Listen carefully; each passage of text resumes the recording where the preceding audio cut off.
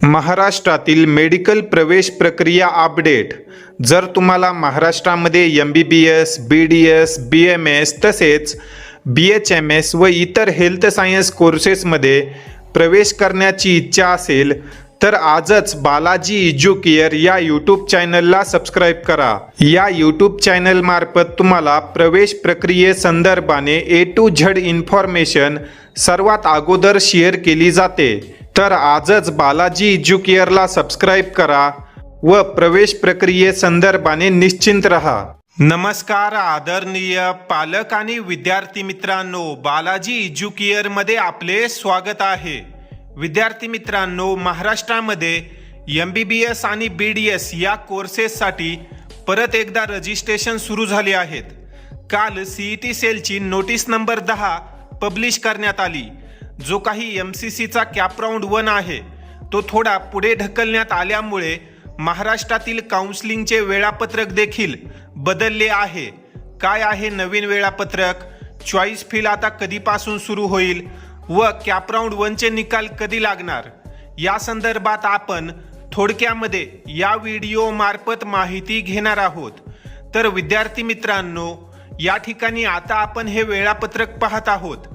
जे काही नवीन रजिस्ट्रेशन आहेत ते 20 ऑगस्ट आणि 21 ऑगस्ट रात्री 8 वाजेपर्यंत होतील. ज्याही विद्यार्थ्यांचं रजिस्ट्रेशन बाकी असेल अशा विद्यार्थ्यांनी या वेळेमध्ये आपापले रजिस्ट्रेशन पूर्ण करून घ्या. अनेक विद्यार्थ्यांचे प्रश्न येत होते की हा जो काही शेड्यूल आता एक्सटेंड झालेला आहे, परत रजिस्ट्रेशन सुरू झाले, यामुळे आमच्या SML मध्ये काही बदल होईल का? तर सर्व विद्यार्थी आणि पालकांना सांगू इच्छितो की ज्या विद्यार्थ्यांना रजिस्ट्रेशन करायचं होतं, प्रोसेसमध्ये भाग घ्यायचा होता, अशा विद्यार्थ्यांनी पूर्वीच रजिस्ट्रेशन केलेलं आहे. यामध्ये खूप झालं 50 ते 100 विद्यार्थी रजिस्ट्रेशन करतील, ते देखील कमी मार्कवाले. ज्या विद्यार्थ्यांचा SML 20,000च्या आतमध्ये आहे अशा विद्यार्थ्यांच्या SML मध्ये कोणताच बदल होणार नाही. जो काही तुमचा SML आता आलेला आहे तोच SML तुमचा यापुढे देखील राहील.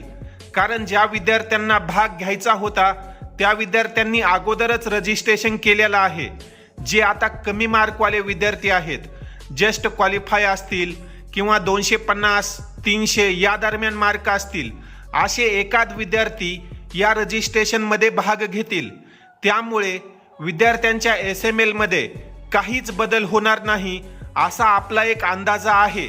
दरवर्षी अशा प्रकारे रजिस्ट्रेशन रिओपन होतात व नवीन रजिस्ट्रेशन देखील होतात, परंतु विद्यार्थ्यांच्या SML मध्ये फारसा बदल होत नाही. त्यामुळे आता जी काही प्रोव्हिजनल मेरिट लिस्ट जाहीर करण्यात आली होती त्यामध्ये तुमचा जो काही SML आहे तो SML गृहीत धरून तुम्ही पुढील निर्णय घेऊ शकता.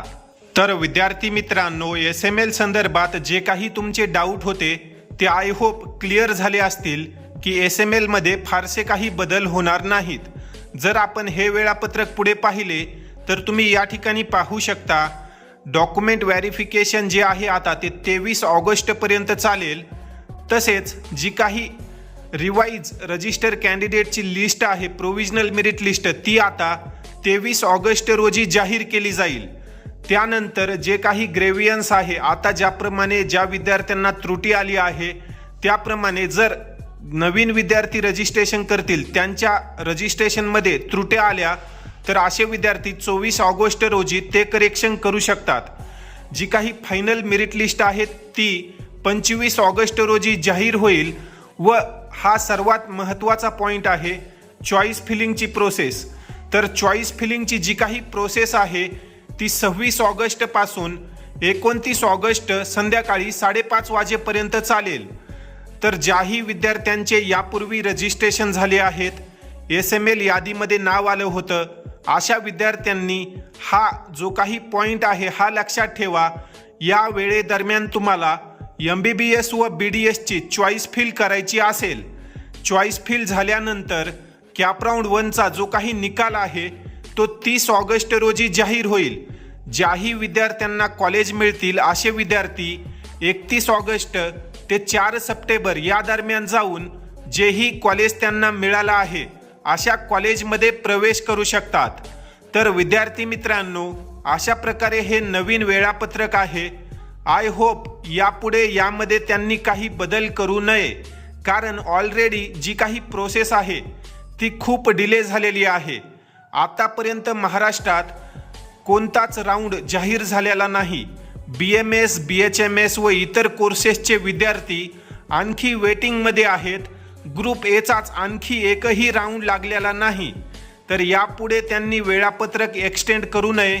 जे काही आता राऊंड होणार आहे तो राऊंड दिलेल्या वेळेमध्येच म्हणजेच 30 ऑगस्ट रोजी जाहीर करावा. या संदर्भात जर तुमचे काही प्रश्न असतील तर तुम्ही कमेंट सेक्शनमध्ये विचारू शकता. तसेच ज्याही विद्यार्थ्यांना MBBS व BDS साठी बेस्ट प्रेफरन्स लिस्ट तयार करून हवी आहे, अशा विद्यार्थ्यांनी स्क्रीनवर दिलेल्या व्हॉट्सॲप नंबरवर संपर्क करा. जो काही तुमचा SML आला होता, कॅटेगरी रँक आली होती, त्यानुसार तुम्हाला महाराष्ट्रातील MBBS आणि BDS कॉलेजचे जे काही स्टँडर्ड प्रेफरन्स लिस्ट आहे ती तयार करून दिली जाईल. प्रेफरन्स लिस्टसोबत तुम्हाला कॅटेगरी रँकनुसार प्रत्येक कॉलेजचे कट ऑफ मिळतील.